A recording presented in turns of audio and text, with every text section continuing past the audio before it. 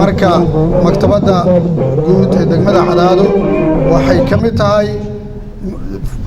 safe civic space ki ugu horeeyay oo degmadu ay maaragtay inay offer garaynayso marka waa degmada iskale aniga malihi waxa laga rabaa dhalinyarada inay ilaashadaan inay iyaga horumariyaan inay ka fakaraan inay tahay meeshan meel ay iyagu leeyihiin oo mustaqbalkooda iyo aayahooda ay uga tashanayaan aqoontoodiina ay ku horumarinayaan maktabada markii la tacriifinayo ama la qeexayo waxa la yiraahdaa waa kaydka aqoonta sida bankigu u yahay kaydka lacagta maktabaduna waa maxay waa kaydka aqoonta ma noqon doonto kaliya maktabadan mid buugaag lagu akhristo waxay samayn doontaa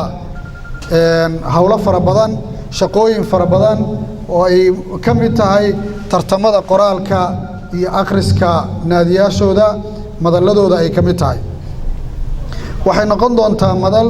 iyo goob dhalinyaradu ay ku horumariyaan garaadkooda ay ku horumariyaan